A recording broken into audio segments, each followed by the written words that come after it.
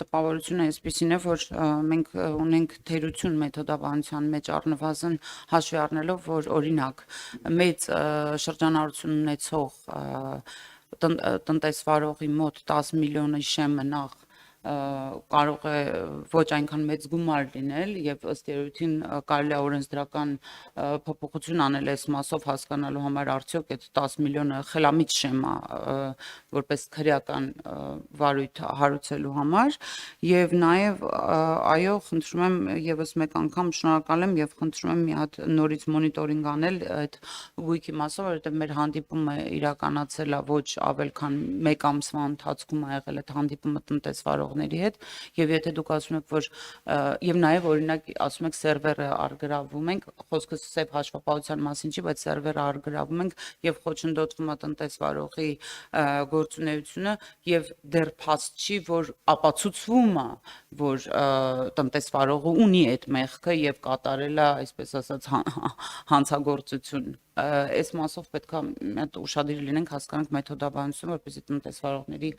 գործունեությունը չխոչընդոտվի շնորհակալություն Շնորհակալություն ես արձագանքեմ ես երբ որ նշեցի սերվերների մասին խոսքը վերաբերում է այդ սերվերում նաեւ իմ մատնանշված դեպքերում պահպանում է հենց իմ մատնանշած սև հաշվապահությունը օրինակ այս վերջերս դեպք ունեցանք երբ որ տնտեսվարողը այդ սերվերը երբ որ արգրավեցինք տնտեսվարողներից մեկը մենք նաև հաղորդագրություն ենք տարածել այդ մասին օրինակ 1 միլիարդից ավել դրամ ինքը համաձայնվեց եւ վերեց վերականգնեց այսինքն ըստ էության նաև որոշակի համաձայնություն հայտնեց որ ինքը խուսափել է արկային պարտավորությունից նաև նշեմ Տիկին Վարդանյան որ ճիշտ է օրենսդրական շեմը 10 միլիոն դրամ է բայց եթե չեմ սխալվի քննչական կոմիտեում չկա այտենց դեպք որ օրինակ 10 միլիոն դրամը հազիվ գերազանցած դեպքերով մենք սենց վարույթ նախաձեռնենք կամ եթե նույնիսկ նախաձեռնում ենք սենց մեթոդների դիմենք անհետաձգելի խոզարկություններ որովհետև հասկանում ենք որ սկզբնական նախնական հաշվարկի արդյունքում կարող է նաև հանցակազմ չպարունակի մենք սովորաբար մոնիտորինգ ենք անում եւ այն դեպքերն ենք վերհանում որտեղ որ ըստ ՊԵԿ-ի նախնական հաշվարկի վնասը օրինակ 100 միլիոն դրամը գերազանցում է եւ այլն այս կարգի դեպքերով ենք մենք Շնորհակալություն պարոն Պողոսյան Ագնես Խամոյան պատրաստի Սերգեյ Բագրատյանը Շնորհակալ եմ Տիկին Վարդանյան ստիպված եմ հիասթափեցնել ձեզ իրականում բիզնեսմենների խնդիրները շատ ավելի խորն են քան այն ինչ դուք նկարագրեցիք Խնդիրը իրականում ոչ 10 միլիոնի շեմն է, ոչ էլ արգրաված համակարգիչներն են, սերվերներն են, խնդիրը մեկ բառով, պարոն Պողոսյան, կոչվում է պետական ռեկետ։ Սխեման հետևյալն է, եւ սյուռա, որ դուք խնդիրը գցում եք հարկայինի վրա, հարկայինը գցում է ձեր վրա, որովհետեւ ՊԵԿ նախագահի հետ մենք եւս այս քննարկումը ունեցել ենք եւ անմեղ դեմքով ասում եմ մենք ինչ կապ ունենք, քննչականն է մեղավոր։ Հարկայինի աշխատողները շատ կուլտուրական ներխուժում են տնտեսվարողների գործունեության վայր, առաջարկում են X գումարի հարկ վճարել, հակառակ դեպքում սպառնում են ձեզանով կզբաղվեն քննիչները։ Քննիչները տվյալ բիզնեսմենին առաջարկում են X գումարի վճարում անել ինչ որ հաշվի համարի, որը հետո հաշվարկ կանեն վերադարձ կամ կարվի կամ չի արվի, հակառակ դեպքում սպառնում են կալանավորել կամ տվյալ անձնավորությանը կամ այն մարդուն, ում անունով այդ բիզնեսն է, իսկ սովորաբար դրանք օրինակ չգիտեմ, ընտանեկան կարգավիճակով պայմանավորված տվյալ անձնավորության կնոջն է պատկանում, տղային է պատկանում, չգիտեմ, եղբորն է պատկանում, հետևյալն է դա է իրավիճակը իրականում բայց սրանք չէին իմ հիմնական հարցերը, սա արձագանքման մակարդակով։ Պարոն Պողոսյան, նախ որպես ճշտող հարց, ինձ կարող եք ասել, թե մենք քանի քննիչ ունենք։ Հաջորդ հարցերս վերաբերում են քաղբանտարկյալներին։ Սկսեմ Սամվել Կարապետյանի գործից։ Հարցը հետևյալն է։ Երբեք գործը ուղարկելու դատարան։ Ինչպես ասում են, զադержկան ինչումն է։ Միքայել Աճապահյանի մասով։ Տեսեք, մի դեպքում դատախազությունը ասաց, որ որևէ խնդիր այդտեղ չկա իր հայտարարությունների մասով, հանցակազմ չկա, մի 6 ամիս հետո մտածեց, որոշեց, որ չէ, այդուհանդերձ հանցակազմ կա։ Դուք այս մասով որպես քննչականի նախագահ խնդիր տեսակ, թե ամենևին էլ չտեսակ եւ տիկին դատախազի հայտարարությունը գործ հարուցելը ձեզ համար բացարձակ ըստ էության իրավիճակի ճշմարտացի պատկերներ։ Պարոն Պողոսյան, այս ընթացքում բազմաթիվ գաղտնալսումների, գաղտնի տեսանկարահանումների դեպքերի ականատես ենք եղել մամուլում եւ իհարկե հիմնականում իշխանությունների հետ փոխկապակցված լրատվամիջոցներում տարբեր ձայնագրություններ եւ գաղտնալսումներ հայտնվեցին։ Ինձ հետաքրքիր է, որևէ դեպքով ձեր մտքով չանցավ գործ հարուցել։ Եվ հաջորդ հարցը, պարոն Պողոսյան, մենք 6 ամիս առաջ ենք հանդիպել այս դալիճում եւ այդ ժամանակ հիշում եք ես ձեզ հարցրեցի, թե ինչու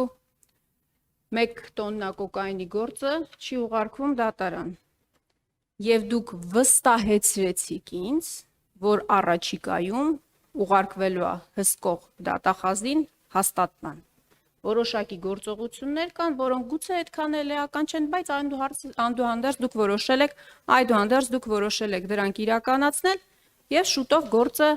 գնալու է դատարան։ Ինձ հետաքրքիր է ինչ եղավ այդ գործը, պարոն Պողոսյան։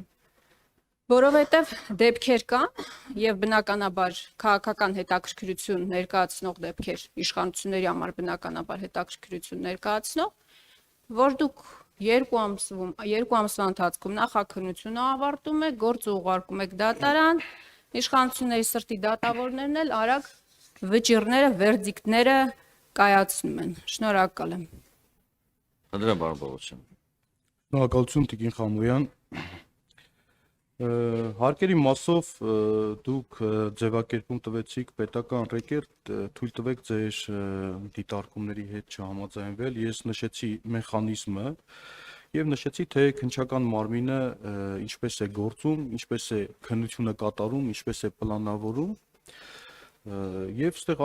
ամենևին ինչ-որ այլ գերատեսչության վրա ինչ-որ ձեր ձևակերպումներով ասած գցելու խնդիր չկա։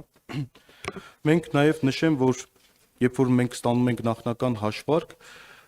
մինչև ստուգում նշանակելը նաև նախնական հաշվարկը, ըստ էության մենք ինքներս ենք ճշտում, նաև որոշ դեպքերում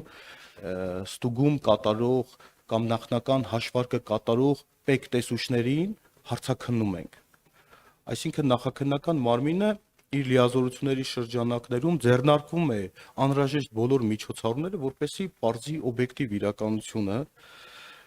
Ես նաև չեմ բացառում դեպքեր, երբ որ ես նշեցի արդեն իմ խոսքում, որ նախնական հաշվարկի արդյունքում հետագայում, երբ որ մենք ստուգում ենք նշանակում, ստուգման արդյունքում նաև ունենում ենք այդ սկզբնական այդ թիվը, որը մատնանշվել է նախնական հաշվարկում, ունենում ենք նաև էական տարբերություններ, բայց ես նաև իմ խոսքում նշեցի, որ մենք 10 միլիոն դրամը հազիվ գերազանցող դեպքերով չենք զբաղվում,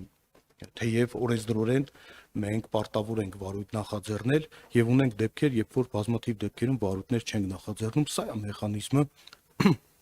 Ես հասկանում եմ, որ այս դեպքերով, երբ որ կոնկրետ քրեադատավարական միջոցներ է ձեռնարկում, որոնք միջամտում են նաև որպես այդպիսին տնտեսվարողի գործունեությունը, ինքը նաև որոշակի դժգոհություններ կարող է գեներացնել։ Եվ այս առումով նաև քննչական մարմնում անկախ նրանից,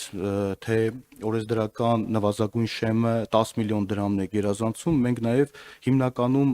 վեր ենք հանում այն դեպքերը, երբ որ պարտադիր կարգով մենք մեր ստուգման արդյունքներով պարզում ենք, որ իրականում անձը խուսափել է հարկային պարտավորություններից։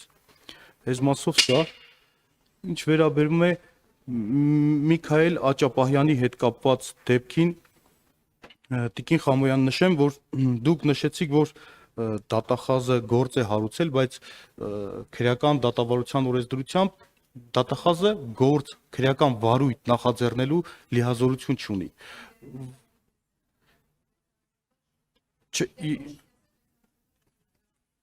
Հասկանում եմ ձեր հարցը,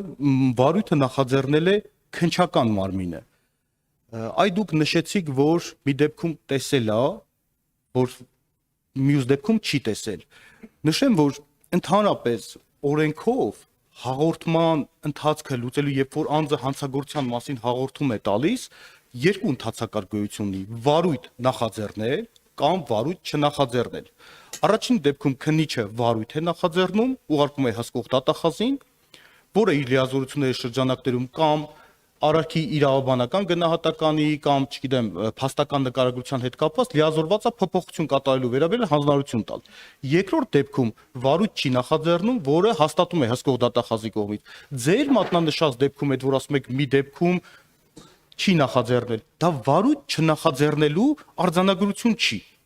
Հետևաբար օրենքի տեսանկյունից քրեադատավարական արգելք չվերացված որոշում արկա չի եղել։ Այսինքն օրենքը երբևիցե այս դեպքում արգելք չի եղել քրեադատավարական, որպեսզի վարույթ նախաձեռնենք։ Վարույթ չնախաձեռնելու արձանագրություն նույնիսկ ձեր մատնանշած դեպքում չի եղել։ Այսինքն օրենսդրական տեսանկյունից որևիցե արգելք չենք ունեցել։ Եվ հաջորդը, քանի որ արդեն իսկ կա դատական ակտ, ճիշտ է, ես տեղյակ եմ, որ դեռևս օրինական ուժի մեջ չի մտել, ես կներեք, բայց որպես իրավաբան եւ որպես կառույցի քննչական կոմիտեի նախագահ, ես չեմ կարող արդեն իսկ մեկնաբանեմ արդեն դատական ակտով, կարծում եմ դատական ակտի մեջ այդ հանգամանքներին անդրադարձ կարող է եղած լինի եւ ես կոռեկտ չեմ համարում, առնվազն երբ որ հրապարակային դատաքննություն է տեղի ունեցել, եւս մեկ անգամ անդրադառնամ այն հարցերին, որոնք որ պաշտպանության կողմը վստահ է բարձրացրել է այդ հարցերը։ Այս մասով սա հաջորդը դուք նշեցիք, որ 1 տոննա կոկաինի գործի հետ կապված, որ նախորդ հանդիպման ժամանակ ես նշել եմ, որ այդ գործը առաջիկայում դատան, ես վերահաստատում եմ իմ խոսքը,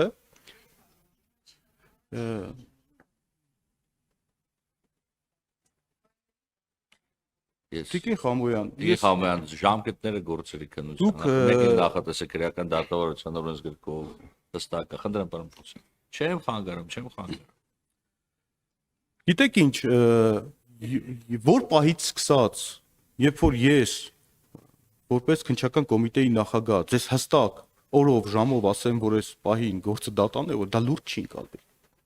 Գիտեք, ես նշել եմ առաջիկայում գործը դատան է ուղարկելու։ Ի տարբերություն մյուս հանգամանքների քրեադատավարական օրենսգիրքը սահմանում է ժամկետներ, որը կախված է քրեական հետապնդման առավելագույն ժամկետների հետ, առավելագույն ժամկետների երկարաձգման մեխանիզմներ է նախատեսում է այդ ընթացքում քրեական հետապնդման ժամկետները կասեցնելու ընթացակարգեր, այսինքն վստահ եղեք, որ մենք այդ ժամկետները պահպանել ենք եւ պահպանելու ենք։ Սա մեկ։ Երբ որ ես նշում եմ, որ առաջիկայում նշանակում է քրեադատավարական օրենքով նախատեսված քրեական հետապնդման առավելագույն ժամկետների տիրույթում մենք գործը ավարտելու ենք իմ մատնանշած վախճանով։ Ինչ վերաբերում է, որովհետև ես նաև հագագծեր բացեմ, որովհետև այստեղ նախաքննական գաղտնիք չի, մենք նաև ստացել ենք որոշակի տեղեկություններ այս ընթացքում, որոնք որ եւս մեկ անգամ ապացուցել են կոնկրետ անձի մեղավորությունը, ըստ մեզ ձեռք ենք բերել նաև ապացույցներ, ուղիղ ապացույցներ ընդ որում, բայց նաև քննչական մարմինը ըստ էության նաև իրավական օգնությունների հետ կապված խնդիր կա, որը ըստ էության մեզնից կախված չի այդ իրավական օգնությունների կատարման հանգամանքը, որ պահից սկսած մենք կավարտենք այս ապացուցողական գործողությունները, կսպառենք մեր լիազորությունները, վստահ եմ այս պահին էլ ձեռք բերված ապացույցները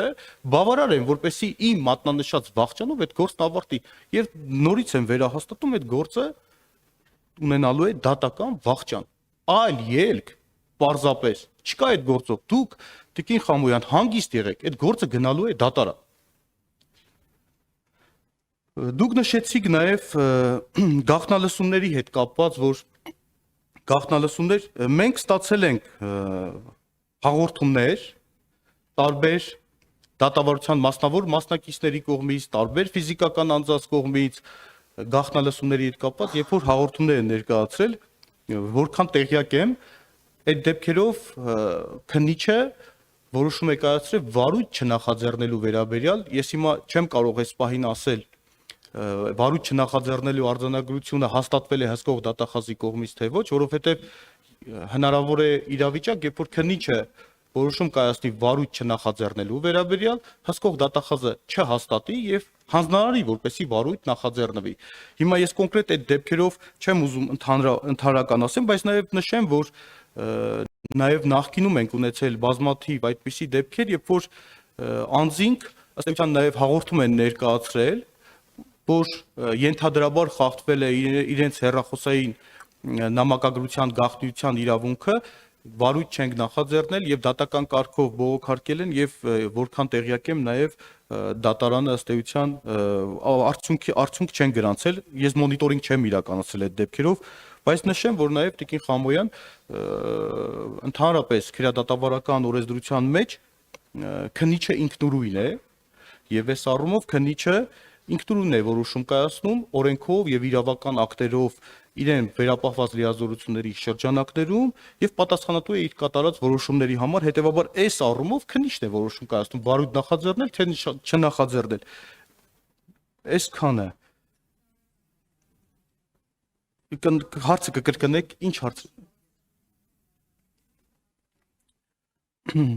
Տիկին Խամոյան, չգիտեմ այդ հարցին ինչ պատասխանեմ։ Մենք քննություն ենք անում, նախաքննություն ենք իրականացնում։ Այդտեղ նախաքննություն է իրականացվում, գործը գիտեք, որ ինքը հավանաբար տեղյակ եք, որ ինքը հսկայածավալ քրեական վարույթ է։ Հսկայածավալ քրեական վարույթ է, այնտեղ մենք գործ ունենք փողերի լվացման հետ, այդ հանցակազմի հետ գործ ունենք, այնտեղ գործ ունենք խարդախությունների հետ, հարկերը չվճարելուց խուսափելու հետ, այսինքն քրեական վարույթը իր ծավալով աննախադեպ է եւ քրեական վարույթով բազմաթիվ քննչական եւ այլ վարույթային գործողություններ են կատարում, որ պահին ավարտենք այդ գործողությունները, վստահաբար կորոշվի նաեւ քրեական վարույթի ելքը։ Այսքանը կարող եմ պատասխանել։ Ես նշեմ, որ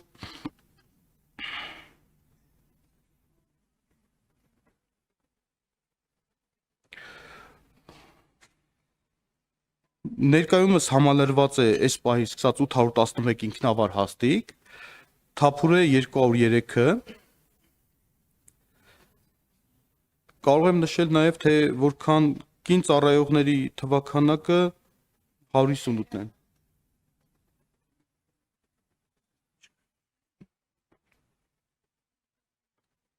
Արձագանք ունեք, Տիկին Խամոյան։ Իհարկե ունեմ, պարոն Պողոսյան, առաջվա էնտուզիազմը չկա։ Որովհետև դուք էլ շատ լավ գիտակցում եք, թե ինչ եք անում եւ ինչպիսի պատասխանատվություն է սպասվում ձեզ։ Այս ձեր անկեղծությունը ուզում եմ ընդգծել։ Նախ ես ուրախ եմ, որ դուք չհերքեցիք, որ քննիչները բիզնեսմեններին ստիպում են X գումար մուծել, հակառակ դեպքում սպառնում են նստել կամ նստեցնել։ Որևէ ազգակցի։ Այս մասով ես խնդրում եմ այս արձանագրումը անենք։ Ես պատահական չհարցրեցի, թե մենք քանի քննիչ ունենք, պարոն Պողոսյան։ Մենք ունենք 810 քննիչ փաստորեն։ Սամվել Կարապետյանի գործով եւ պատահական չհարցրեցի, թե հունիսի 17-ից գործը ինչի չեք ուղարկում դատարան, որովհետեւ 811 քննիչներից 52-ին դուք ներգրավվել եք Սամվել Կարապետյանի գործի մեջ։ 52 քննիչ եք ներգրավել եւ գործը չեք կարողանում ուղարկել դատարան։ Ես կանխատեսում եի, որ դուք կասեք, որ այնտեղ փողերի լվացում կա, ծավալուն է գործը եւ այլն եւ այլն։ Մեր ձևով եկեղեցին պաշտպանելու հատվածը առանձին ուղարկեիք դատարան։ Ինչի չեք արել, որովհետև ձեզ պետքա, որ Սամվել Կարապետյանը մնա կալանքի տակ։ Ամեն ինչ շատ պարզ է։ Միջին վիճակագրական հայ մարդու մոտ պարզ է։ Պարոն Պողոսյան, այլ հարց եմ ուզում տալ։ Սամվել Կարապետյանի հետ որևէ գործողություն կատարվել է քննչական։ Օրինակ, հարցաքննություն եղել է, թե չի եղել։ Առերեսում եղել է, թե չի եղել։ Ես գիտեմ, որ չի եղել։ Փաստաբաններն էլ պնդում են, որ վատ եք աշխատում։ շատ վատ եք աշխատում, բայց ես համաձայն չեմ այդ գնահատականի հետ։ Դուք վատ չեք աշխատում։ Դուք ձեր արչև խնդիր եք դրել Սամվել Կարապետյանին պահել կալանքի տակ եւ հրաշալի կատարում եք ձեր առաջադրանքը։ Միքայել Աճապահյանի մասով, պարոն Պողոսյան, դուք ասում եք, որ առաջին ատյանի դատարանի որոշումը չեք ցանկանում մեկնաբանել, բայց կարակ չէ մեկնաբանեիք։ Ինչի եք միջնորդում, որ Աճապահյանին անպայման խափանման միջոցը պետքա կալանքը լինի։ Առհասարակ կալանքի էսիչ ֆետիշացում է ձեր մոտ։ Կալանքը ֆետիշ է դարձել ձեզ համար։ Դուք կարող եք ինձ բացատրել, ինչ պետք է աներ Միքայել Աճապահյանը, Սրբազանը ազատության մեջ։ Այլ բան եմ ուզում ձեզ հարցնել։ Երբ որ ընդդիմադիրների մասին է խոսքը, ինչի այլ խափանման միջոց գոյություն չունի, քան կալանքն է։ Լիդիա Մանթաշյանի մասով, Բագրատ Սրբազան, մեր գործընկեր Արթուր Սարգսյանը, դեպետեսոր կալանավորված է։ Այդուհանդերձ, ավելի հեռուն կարող եմ գնալ, պարոն Պողոսյան։ Օրինակ, ՔՊԱ-կան падգամավորի Զոքանչը ինչ է արել, որ դուք իրան կալանավորել եք Վարդան Ղուկասյանին, ի պաշտպանություն Վարդան Ղուկասյանի ակցիային մասնակցելու համար։ Այն անչափահասը, որին դուք կալանքի միջնորդություն եք տվել Գյումրիում հայտնի իրադարձությունների ժամանակ, ինձ կարաք բացատրեք, ինչ է արել կամ ինչ կարա անի, որ դուք միջնորդել եք, որ խափանման միջոցը ընտրվի կալանքը։ Պարոն Պողոսյան, դուք ասում եք, երբ որ ձեզ ձեռ է տալիս, դուք ասում եք, դե ծավալուն է, չենք կարա ուղարկենք անմիջապես դատարան, նույն կոկայինի գործին հեսա կանդրադառնամ 2 տարի է անցել։ Երբ որ ձեզ պետք է, դուք 2 ամսվա ընթացքում նախաքննությունը ավարտում եք, գործը ուղարկում եք դատարան, դատավորն էլ արագ վերդիկտը կայացնում է, առաջին ատյանի գոնե։ Երբ որ ձեզ պետք է, օրինակ, փաստաբան Կոչուբաևի գործը, ինձ կարող եք ասել, ինչի է խափանման միջոցը փաստաբանի ընտրվել կալանքը։ Facebook-ում գրառում արել, դուք կարծում եք, որ դա վիրավորական է, կարծում եք, որ արատավորող տեղեկությունները հայտնել, շատ լավ գործ եք հարուցել, լավ եք արել։ Խափանման միջոցը կալանք ինչի եք ընտրել։ Ինչ պետք է աներ այդ մարդը ազատության մեջ։ Նորից եմ ասում, իր ստատուսը պետք է խմբագրել, վախեցել եք, որ կարող է խմբագրել ստատուսը, դրա համար խափանման միջոցը կալանք եք ընտրել, ամփոփում եմ։ Պարոն Պողոսյան, եւ կոկայինի գործով։ Ես ասում եմ 6 ամիս առաջ ենք մենք այս դալիճում քննարկել, եւ դուք շատ ավելի ինքնավստահ դեմքով վստահեցրել եք, որ առաջիկայում գործ ուղարկվելու է դատարան։ Ես գիտեք ինչ ասեցի այդ օրը, եթե հիշում եք։ Ես ասեցի այդ առաջիկայում նոյեմբերին ժամկետը լրանալու է, կարճելու եք եւ ոչ մի գործ էլ դատարան չեք ուղարկելու։ Այդ 52 քննիչին, որ ներգրավել եք Սամվել Կարապետյանի գործի մեջ, այն 54 քննիչին, որ ներգրավել եք Բագրատ Սրբազանի եւ մյուսների գործի մեջ, այդ քննիչներին ներգրավեք այս գործը բացահայտելու, նախաքննությունը ավարտելու եւ դատարան ուղարկելու։ 2 տարի անցել, նորից եմ ասում։ Գաղտնալսումների մասով, պարոն Պողոսյան, 2019 թվականին, երբ որ գաղտնալսել էին ԱԱԾ պետին ու Նիկոլ Փաշինյանին, մի քանի ժամ հետո գործ հարուցվեց գաղտնալսման մասով։ Ես նորից եմ ասում, բազմաթիվ դեպքեր են եղել այս ընթացքում, որ դուք գործ չեք հարուցել, դուք ասում եք մենք սպասում ենք հաղորդման, դուք հարուցեք, որովհետև դա ձեզ ձեռնտու չէ։ Շնորհակալ եմ։ Շնորհակալություն Տիկին Խամոյան։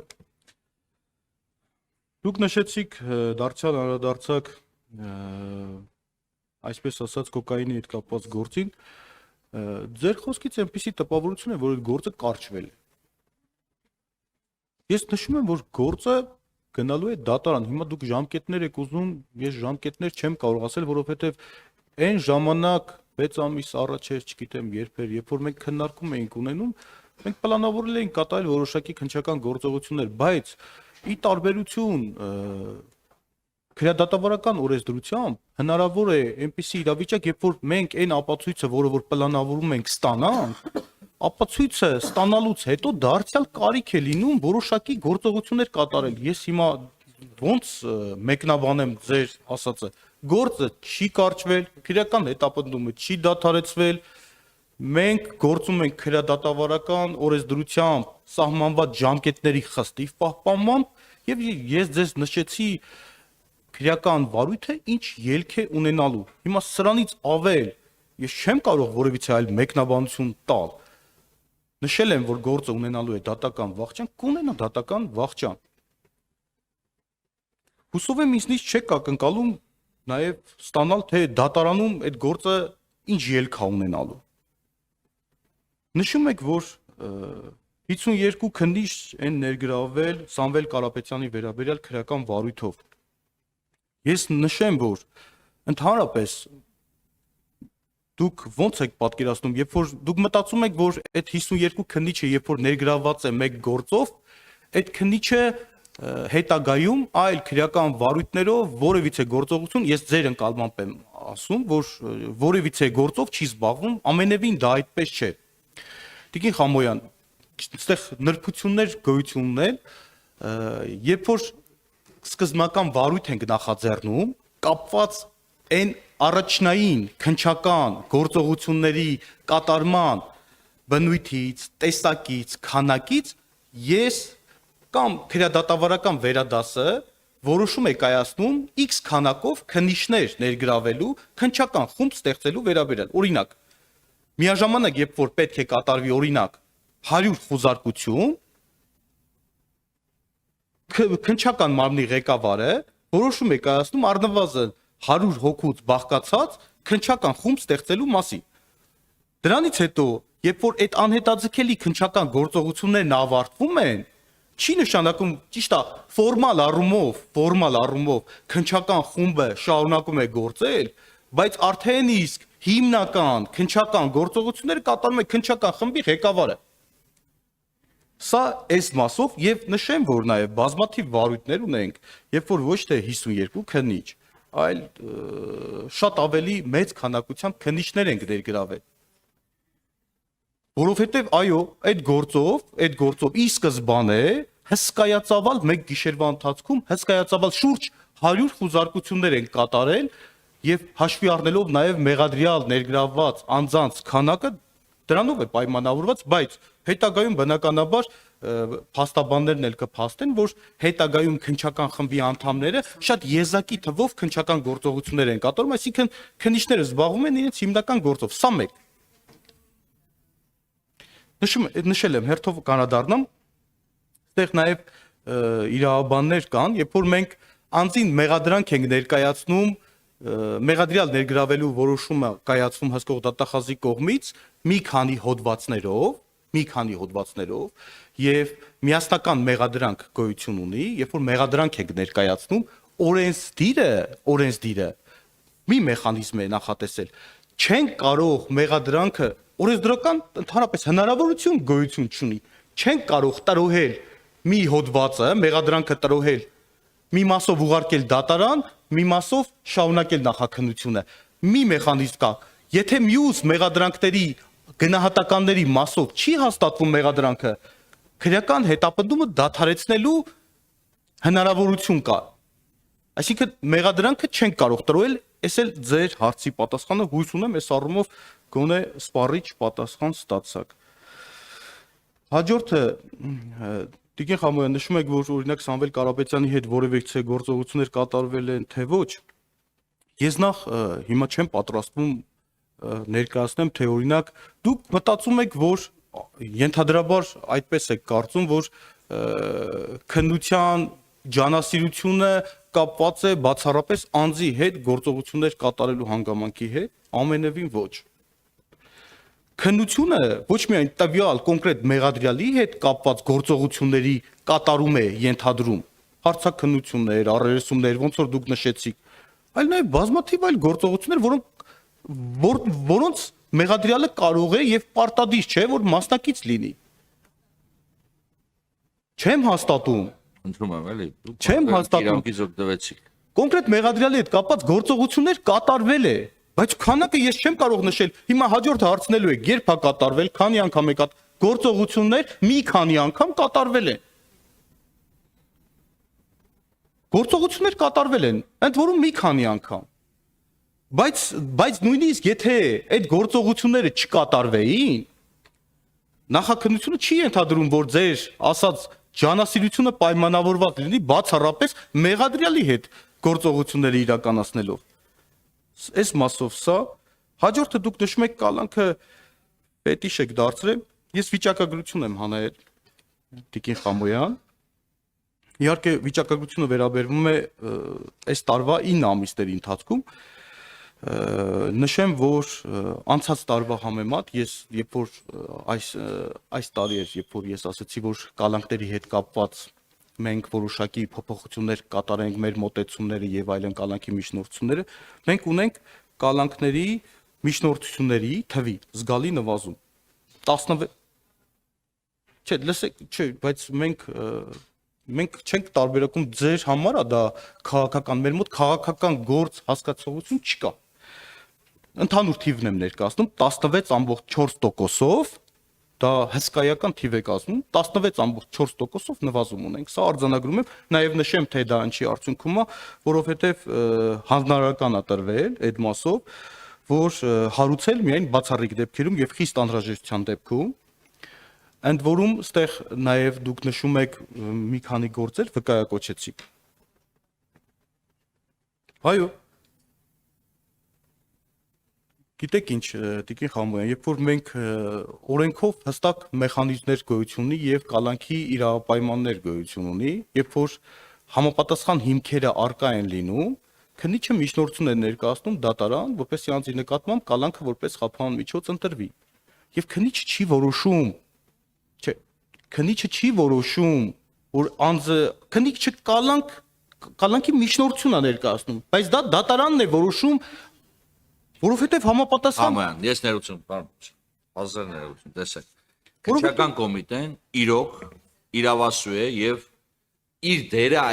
ես ավարտեմ, չէ, Տիկին Խամոյան, մի վարքյան, էլի, եւ իր դերը այնպեսին է, որ ինքը պետք է այո, փորձի քննության արդյունավետությունը ապահովելու համար նաեւ իր համար արդյունավետ, տեսեք, արդյունավետ խափանման միջոց կիրառի։ Խափանման միջոցի կիրառման իրավաչափ, ոչ իրավաչափ լինելը Արդյոք այս բարակային պետք է տրվի թե ոչ Տիկին Խամոյան, շատ կարճ եմ ասել, էլի։ Սա դատարանի տիրույթում է։ Հիմա էլ հստակ որ չասեք հետո մեսեջ եք տալիս, հուշում եք տալիս, յուրաքանչյուր դատավորին ասում եմ, յուրաքանչյուր դատավոր պատասխանատվություն է կրելու անկախ ով ինչ կասի, իր կայացած որոշումների համար, թե լավ, թե վատ։ Եվ այստեղ վերջակետ դնենք, որտեվ կալանքի թիվը կարա ավելանա պակասի, ոչ թե նրանից, որ չգիտեմ, քննչական կոմիտեն շատ կալանք է տանում, այլ որտեղ իրավիճակ է ստեղծվում, որի պարագայում պարզապես այլ խափանման միջոց կիրառել չի կարելի։ Մեթոդաբանության խնդիր ունենք, եկեք շտկենք, սա էլ օրենսդրական խնդիր։ Ես բան չեմ անում։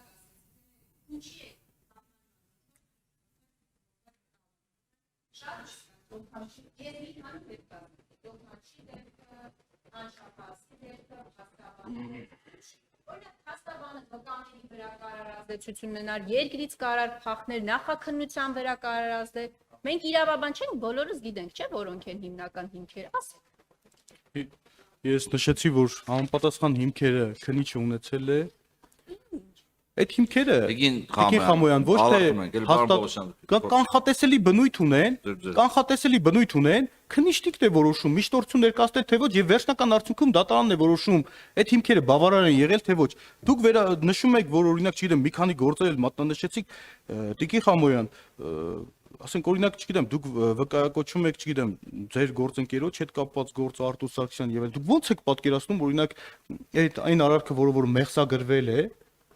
կոնկրետ այդ անձանց մենք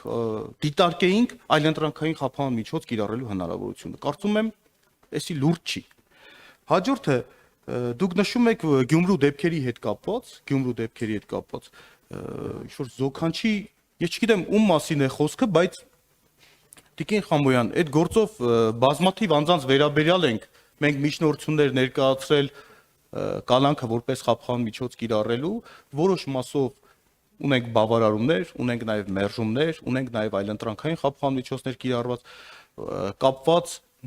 նաև ունենք դեպքեր, երբ որ մենք ինքնուրույն որոշել ենք, որ անձի նկատմամբ պետք է ընտրենք այլընտրանքային խափան միջոց, դες դեպքեր էլ ունենք, դա կախված է անձի վարքագծից, շատ այլ գործոններից։ Հիմա օրինակ այդ Գյումրու դեպքերով դուք տեսաք, թե կոնկրետ ինչպիսի միջամտություն էր կատարվում եւ ինչպիսի ինտենսիվ միջամտություն էր կատարվում սկսած արտադրության իրականացնելուց խոչընդոտу, այսինքն երբ որ մարդիկ նույնիսկ ոտնձգում են այնպիսի օբյեկտի նկատմամբ, որոնք որ կապված է զուտ ընդհանուր քրեական վարույթի բնականոն ընթացքի հետ կապված, այդ մարդկանց նկատմամբ որպես պրակտիկա նշեմ, որ պարտադիր միջնորդություն ենք ներկայացնում, որպեսզի կալանք ընտրվի որպես խափանման միջոց եւ հաշվի առնելով նաեւ այն, որ այդ անձինք իրենց վարքագծով հնարավորություն ունեն եւ ի պաշտոն է ազդելու որոշակի անձանց վարքագծի վրա եւ ազդել են։ Այսինքն դե հաստարկված ենք ներկայացել, հետեւաբար այս առումով էլ այսքանը։ Ինչ նշեցիք, թե ինչու եք շուտ գործերը ավարտել, մենք շահագրգռված ենք բոլոր քրեական վարույթներն էլ ավարտել սեղմ ժամկետում։ Հիմա օրինակ դուք նշեցիք որոշակի մատնանշեցիք քրեական վարույթ, այդ վարույթը իրանից որոշակի բարդություն եւ այսպես ասած քննություն կատարելու անհրաժեշտություն չկար, այնտեղ որոշակի գործողություններ սկզբնական շրջանում կատարել ենք, անհետաձգելի գործողություններ բազմաթիվ եւ հենց դրանով ես մտածում եի, որ այս առումով դուք պետք է գոհունակությամբ արձանագրեք, որ քրեական վարույթը ավարտել ենք սև ժամկետում, անձը տևական ժամանակ չի մնացել կալանքի տակ, բայց ստացվում է մի իրավիճակ, երբ որ դուք ասում եք, որ ինչի այդ գործը շուտ ավարտեցիք, որովհետեւ այդ գործով սկզբնական գործողությունները ավարտեցինք եւ գտանք, որ գործը պետք է ուղարկենք դատան։ Այսքանը, շնորհակալություն։ Շնորհակալ